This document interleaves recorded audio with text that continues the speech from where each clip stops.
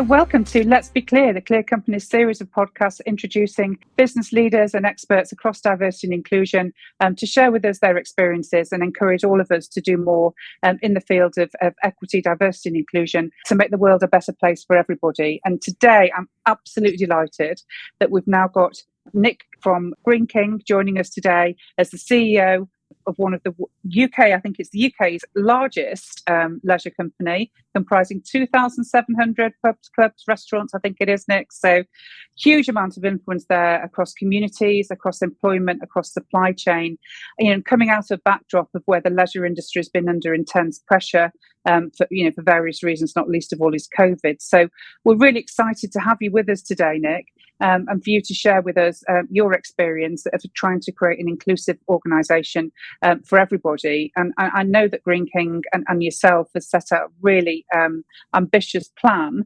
and you use the term trailblazer, and that so you don't want to just get it right, you want to trailblaze inclusion across your sector and hopefully influence other sectors to try and keep up. So I'd be really interested to hear from you, Nick, in terms of, what does this mean in reality for yourself as the CEO and for Greene King as an organisation?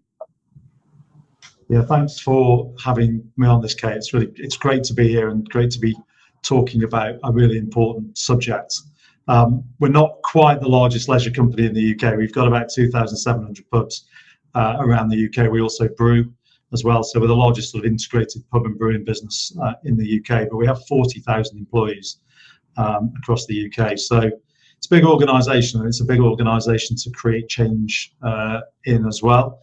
I guess the journey for us started when I joined the business maybe 4 years ago. That business had done quite a lot around, particularly around social mobility actually, but it was pretty clear to me when I joined the business that we needed to do more around inclusivity, to get more great people from much more diverse backgrounds into the business and to represent the communities that we operate in. And I guess it started very much for us about creating a culture change within the business, and we developed a purpose which is pouring happiness into lives. We created a goal which is about being the pride of British hospitality, and we set out on a sort of big culture change program. And I think inclusion and diversity for us became central to that culture change program. As I said, trying to create change in 40,000 people is pretty tough, but it became part of our strategy. It became part of our DNA, if you like, in terms of how we wanted to move the business forward. And I saw a stat a few weeks ago, which I think really brought home to me the importance of I&D and I&D policies in a business, is that I think something like 85% of millennials will look at and find important a business's I&D policy. And I think as we start to look to recruit our future leaders and people for the future, then absolutely we want a more diverse population, but we also know it's going to be important to get the best people into our business. So it's been a 4-year journey. We're making progress. We're not perfect by any means, but we've really started to tackle some of the issues that not only we find in business, but we find in society as well. And we've committed millions of pounds into that programme, and we're starting to see some benefit from that. But we've clearly got a very, very long way to go in terms of how we drive change and how we make our business truly inclusive, and that really is our aim. I mean, it's an ambitious plan and it's complex, isn't it, Nick? As I alluded to at the beginning, that, you've got 40,000 colleagues across the business, but you're also in most communities up and down the UK. And your supply chain is dependent on your leadership as well, culturally, and in terms of that diversity and inclusion. So how do you manage those complexities? Because I'm sure sometimes they might conflict. And certainly conflict in terms of prioritising what your actions are going to be. Yeah, and prioritisation is a big issue, particularly when we've been going through COVID and the challenges the industry faces. But I sort of go back to the wider industry of pubs. 39,000 pubs around the UK, 940,000 people employed in pubs around the UK, and hospitality is even bigger than that. And every pub is individual. We do have brands, but every pub is individual, and they serve individual communities. and communities that represent, I guess, the wider society. Some may be diverse, some may not be.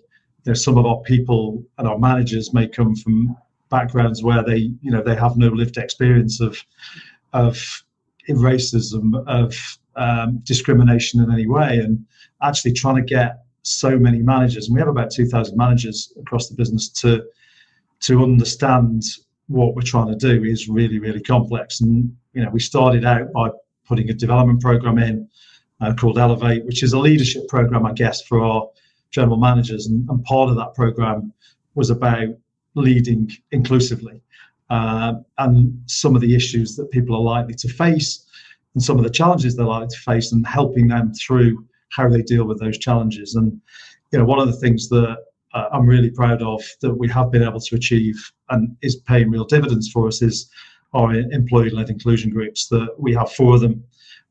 They're supported financially by the company, but they're run by employees within the business, and those are around race, disability, LGBTQ plus group, and our women's group, and they push us really hard, and they help us around policies, they help us around key issues, and they help us around promoting some of the actions we're taking across the whole business. And when you engage the wider business in helping form policy and create change, then I genuinely think that is the best way to do it, because we as leaders can stand at the top and say we're inclusive and we can tick loads of boxes, but that isn't going to deliver change. I think where you have to deliver change is through education, through support, and through a groundswell of activity coming from people within the business who want to make a difference. Yeah, I mean, I honestly couldn't agree with you more. It's really interesting to hear. You talk about policies briefly, but actually what you talk about is the people and them informing those policies, so they become, in practice, things that are change makers, really. It's interesting. I was with Amazon last week, and they talk about making change happen together. Which I think is the concept that you're discussing now. So you said a couple of times now, you're really proud of the impact and it's making headway. So you can anticipate the next question will be, for our audience, what sort of things are you seeing or hearing or observing, Nick, that mean, all of this investment is having an impact now and making a difference? What are the things that are changing? Yeah, and it has to be tangible, right? Because, it's all right saying these things, you have to see change happening. And, anecdotally, you can see it across the business. When I talk to people in pub and I talk to people in our offices, there is a definite feeling of change, but also a definite feeling we need to do more. And, I think that's quite a good place to be. It means we've got more to do. Our employee surveys or engagement surveys give us really rich data. We get about 96% of people will provide us the data that we need to understand what cohorts we have within the business, which is quite a high number, I think, relative to lots of businesses. So definitely most people will tell us how they identify, their race, religion, etc. So we've got good base information. We've seen progress on our engagement surveys, both in terms of the overall population, but we can also break it down and understand by cohort how people are feeling. And the really interesting thing actually is you take some of the groups that I've talked about, how people identify, people from the LGBT community, they will tell us how they identify, but in terms of the engagement survey, they are slightly less engaged than the wider population. So it shows we've got work to do there, but that has improved and that's moved. So we get really strong data to show how we're doing from a biannual engagement survey, which is good. Actually, our data has also showed we've made progress around race diversity. We set ourselves some targets 18 months ago to increase numbers, and we've seen 2 or 3% shifts actually around how people identify from a race perspective, which I know is very small, but is ahead of the targets we set ourselves some time ago. And you can start to see that movement, and they're small things, but they're definitely moving in the right direction. I think the other measure, of course, is we are seeing, and I think a lot of companies are seeing this, where people are calling out discrimination more now than they did previously. So actually our ER teams have got a much greater workload right now in having to deal with issues, But I see that as a good thing. Our stats are going up in terms of people calling out bad behaviour or calling out discrimination. And I see those stats as being positive and showing that people now feel much more comfortable in calling out when things aren't right. So, yeah, we are making progress. It is tough going, and you can't stop, and you have to be continually looking for new ways of making change to happen. And I see that mostly through education, through awareness, and people gaining understanding of of what it feels like to feel like you're not included. And a lot of people talk about that through the business, but very much not complacent. We've got a long way to go.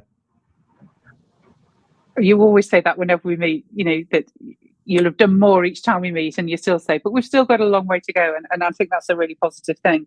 I'm going to go back to what you're discussing about people calling it out and the ER teams being busy, if I may, Nick. And I know that as an organisation, you're committed to calling time on racism, and that's a really important thread through your strategy. But when we work with organisations, you do get organisations, particularly around race, particularly around disability, actually as well, where there's this fear of raising the issue because of what you might uncover. And therefore, is it not easier to just keep it all a little bit buttoned down, and then it might just go away and soften? Now, you've openly said you didn't choose that route, quite rightly. Obviously, I'm going to say that. And you've transparently said, this is our commitment and we want to hear from you. The business has responded, which suggests that you've created trust within the culture, which is also really positive. But for those organisations out there who might be just listening thinking, you see, this is what I thought would happen if we start discussing these things, we'd be at tribunals every other week and it's all going to be a nightmare. What would your message be to them about why, although difficult, this is the right route for organisations to take? Yeah. It's a really difficult one, I've done podcasts before and I've done panels before about what we're doing, and I will always try and be humble about where we're at, because we're not perfect, and I know I keep saying it, but I think it's important to say it. I do also think people have to be on the journey. They have to, as leaders, I think if you're not authentic in the way you do this, then people see that. So my advice is always, even if you're feeling like this is something that you don't think is important, is take the time to educate yourself. Take the time to talk to people in the organisation about the experiences they've had in the business or maybe outside the business, to get some lived experience. And I always said I'd never had lived experience of discrimination in my life. And actually, and I'll maybe come on to this later, until I started to talk to people in the business, until we actually got an organisation to come in and work with us on doing a race audit within the business, to do an independent review of how people were feeling, some of the issues they were facing, to try and create a burning platform for us to really accept and understand there are challenges in society, but also challenges in every business. You have to be a little bit brave, and you have to prepare yourself, I think, to be shocked, because when I started to learn in society what's happening and in the business what was happening, it wasn't something I felt very comfortable with, and I had to go through that discomfort to actually learn, and then to personally believe that this is something I wanted to change in the business. And hopefully people see that in me when I talk about it, and people see me in the organisation trying to make the change, and to see that it's authentic. Otherwise, I don't think it'll ever stick. So I think the answer to me is education, and not necessarily asking people to educate you, because people get tired of that, but educating yourself, and finding out where prejudice and discrimination does exist. And the reverse mentoring program absolutely helped me with that. We also had, and be very honest about it, we had a jolt to move us, particularly around our commitments around race diversity, because our founder, way back in the 1800s, was involved in the slave trade. The press called that out to us at about the time of George Floyd and the Black Lives Matter movement, and the sort of prominence of that. And it really made us focus and really have a look at ourselves. And my view would be, don't wait for that catalyst. Actually get out there and try and make a difference. And the commitments and the manifesto we put together were key to us then really starting to make some progress. That's, symptomatically honest of you, Nick, and you've raised a number of things for me to to just reflect on there in terms of, don't wait for the catalyst. It's interesting, isn't it, around diversity and inclusion? You look at many organisations who've done great things, Ford Europe, etc. Or, there was the huge catalyst, it's almost go out of business or get on with it sort of thing. But what I'm more interested in is the kind of positive elements of what you were saying there about, not waiting for the catalyst, which is education.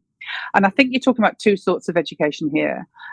One is educating yourself around, prejudice, discrimination, bias, society, self-educating, reading books, podcasts. There's so much out there. And, for all of our listeners, there's so many resources that, are linked to the Clear company that you can access free of charge. And, I've read more in the last 2 years than I've read in my whole life around diversity and inclusion, and I've really enjoyed it.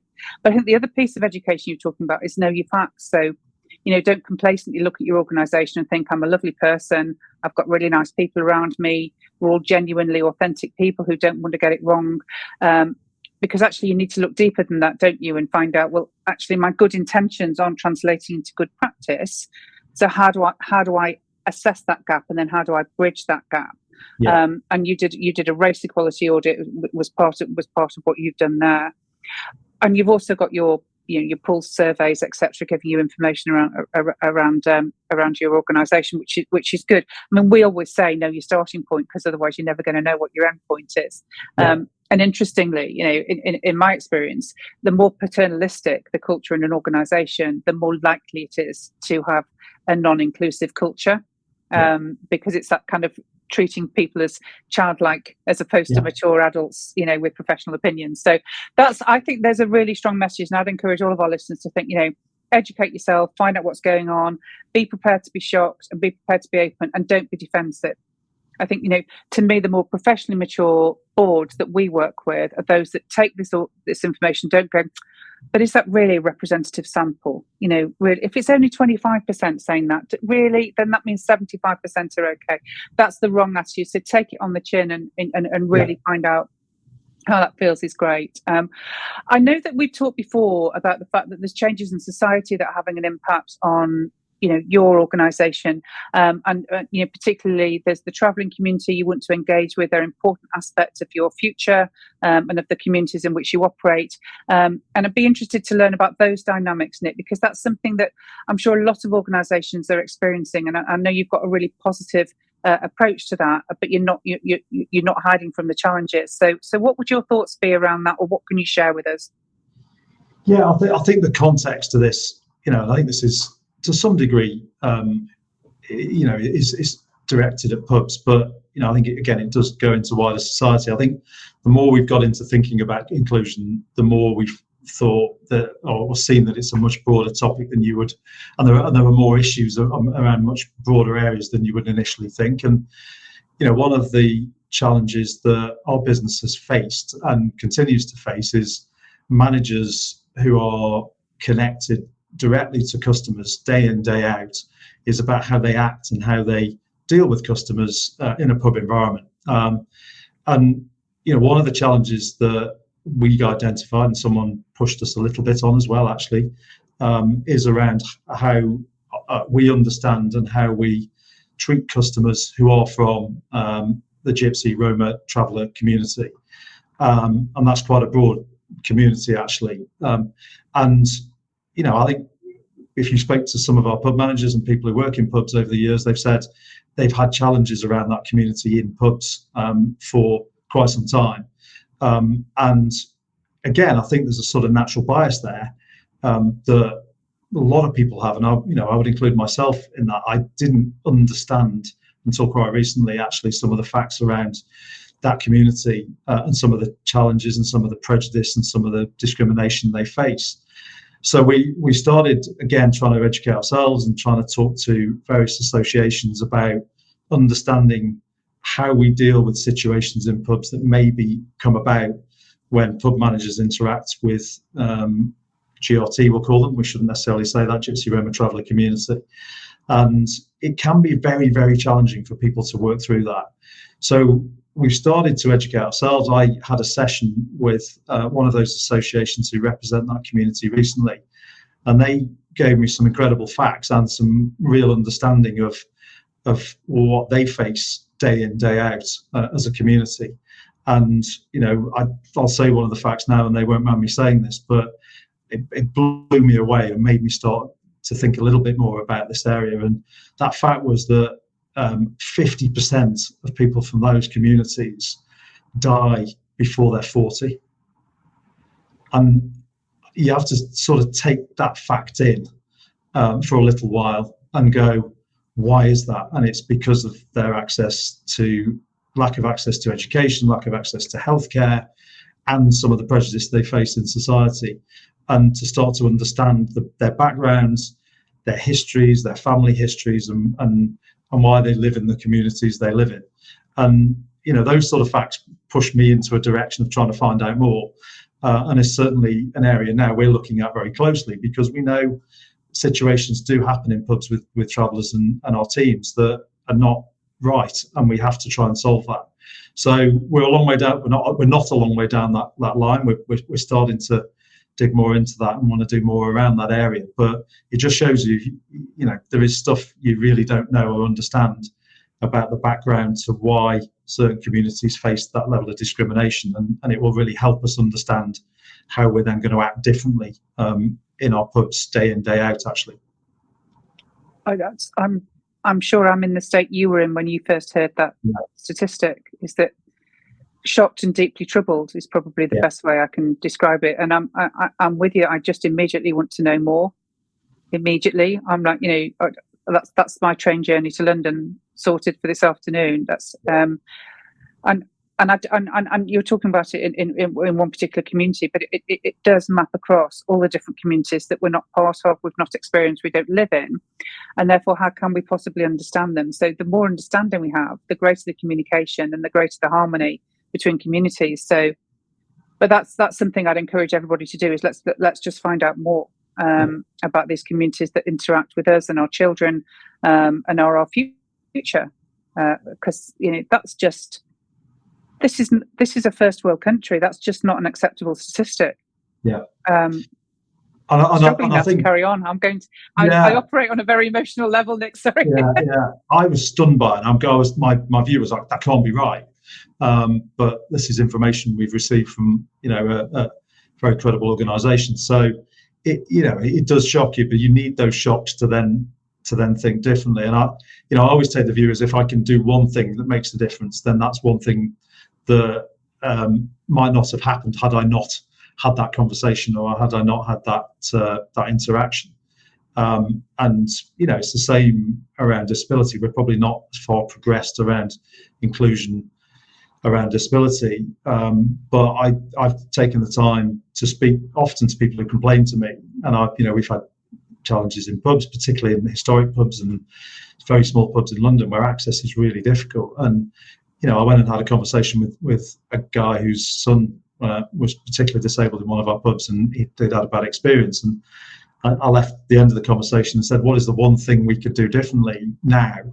And he basically said, unlock your disabled toilets or your ability toilets in your pubs, because my son hates going up and asking for a key to get into the toilet because it makes him feel different. And actually that's something we can do quite quickly, and we can make a change. So I think when you have those interactions that are more personal and are personal to the people who are telling you, then it does give you more of a lived experience, and therefore hopefully a catalyst to make change. Yeah, I mean, I'm on board with that conversation. It's something that's really important to me. As the audience knows, and I'm visually impaired, and if the access to the facilities is tricky, then I will use the accessible toilet. And to have to go and ask for a key is just like, no, it's a big no. But and it's a classic, well-intentioned, isn't it? Let's protect the facilities for our disabled customers, so we think we're doing the right thing, but we didn't ask our disabled customers if that's what they wanted us to do.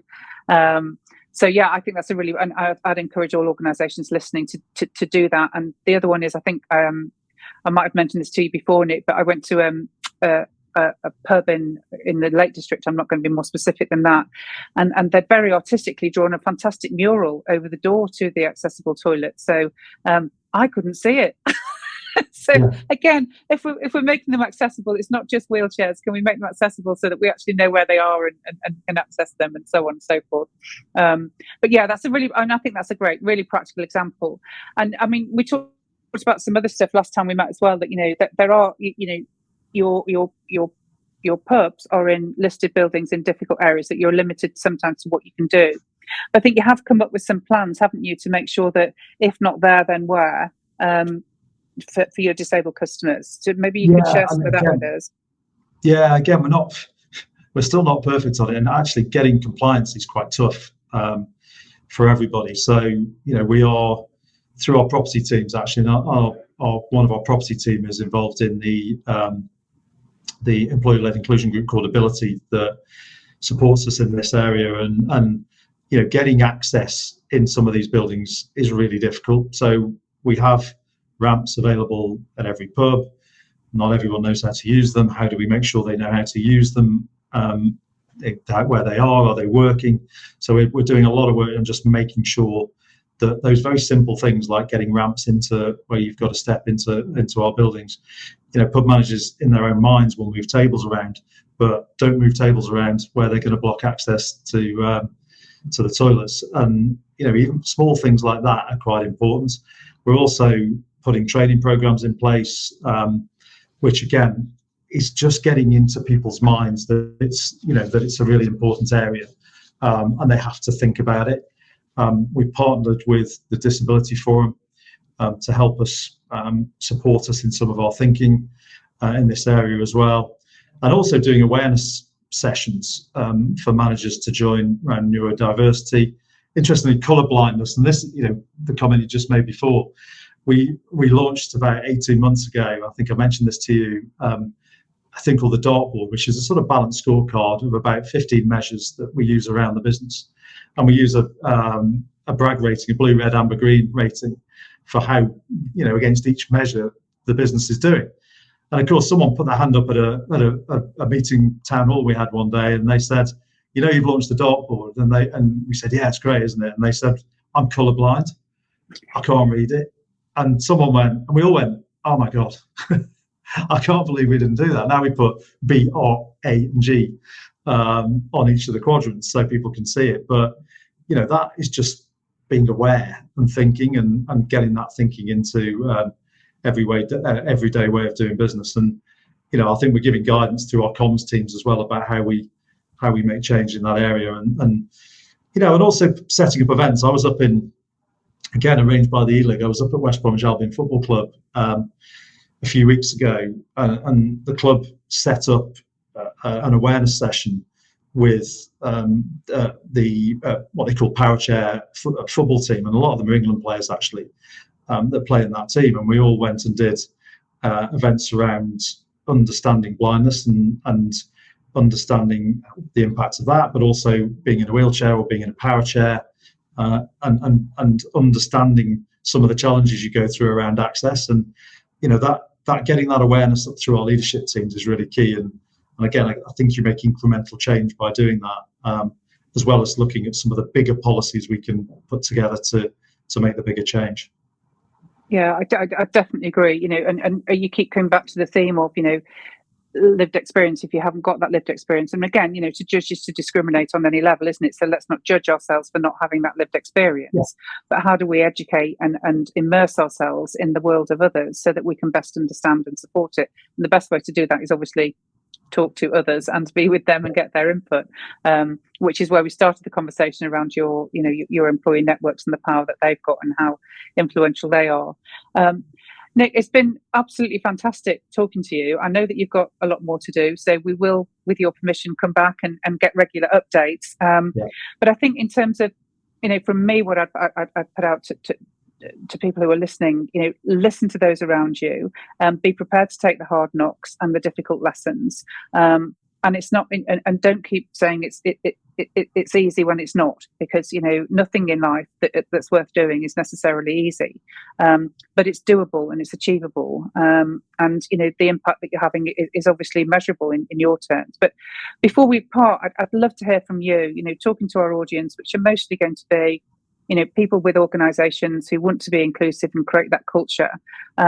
what would your biggest takeaway be to the people listening today?